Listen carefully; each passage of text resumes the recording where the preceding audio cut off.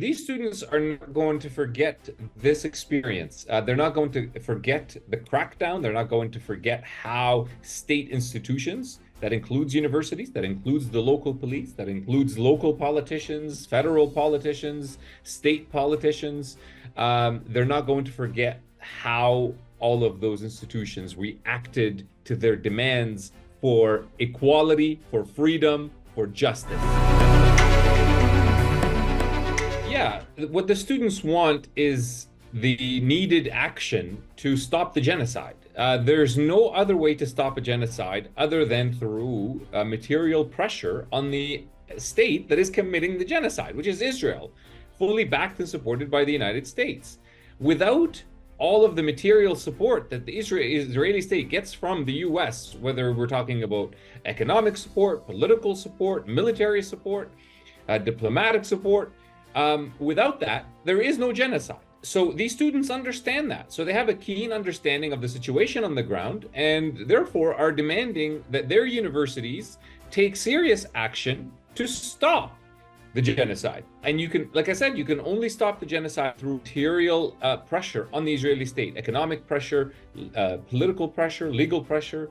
They're demanding that their universities divest from companies that directly participate in Israel's genocide against the Palestinian people. It's really that simple. The protests are unprecedented in the sense that they are speaking about Palestinian freedom and liberation in a way that we have not really seen before on university campuses in the US. There's a very strong push for BDS, for boycott, divestment, sanction. That is necessary. This is an absolutely necessary form of action that can actually lead to the end of the genocide. So it is unprecedented in that regard. And the students are fed up with their own institutions' complicity in Israeli genocide against the Palestinian people.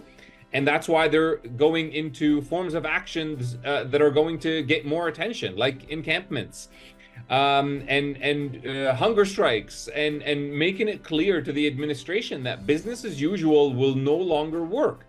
Now, will this work right away? It doesn't seem so, but these students are setting the precedent for what student activism should look like moving forward. The university is, of course, responding with a lot of violence.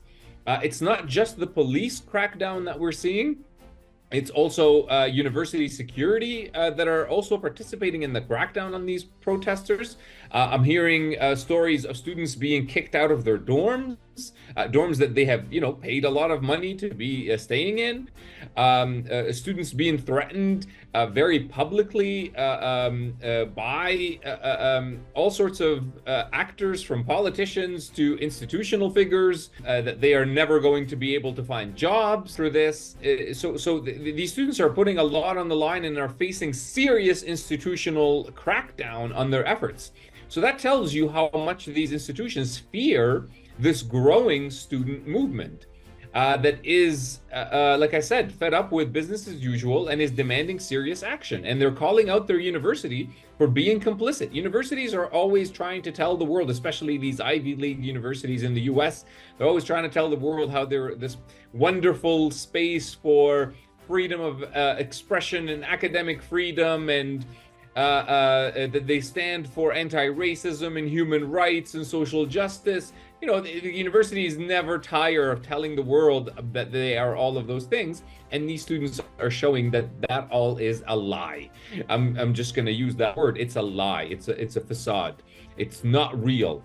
That the second when you ask those institutions to take serious material action that will go against the US empire, that will go against Israeli settler colonialism, which is part and parcel of US imperialism, that the second you do that, all of your rights are stripped away from you, and we get to see the real face of these institutions. These institutions right now are showing what they really are, which is places of repression, places for censorship of any discourse and any form of action and any form of activism that challenges real imperial structures of domination. So it's going to be a long road. in terms of seeing universities take these positions that these students are asking for.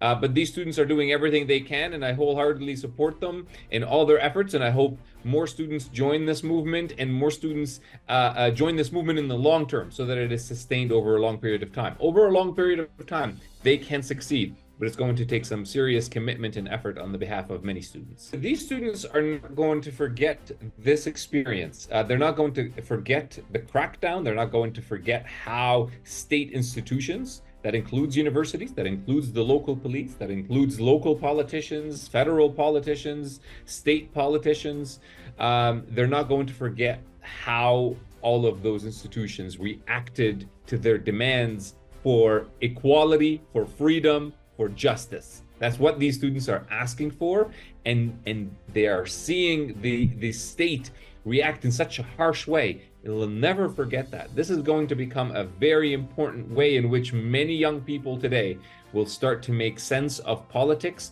will start to make sense of their own institutions, the complicity of their institutions in the denial of freedom for Palestinians and many others, including themselves.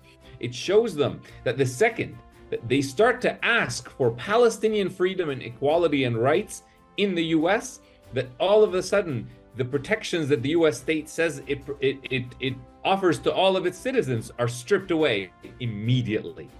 And so this can have long-term consequences on US politics. Hard to know what those will be and the extent to which that will be at this point. But it is certainly worth watching.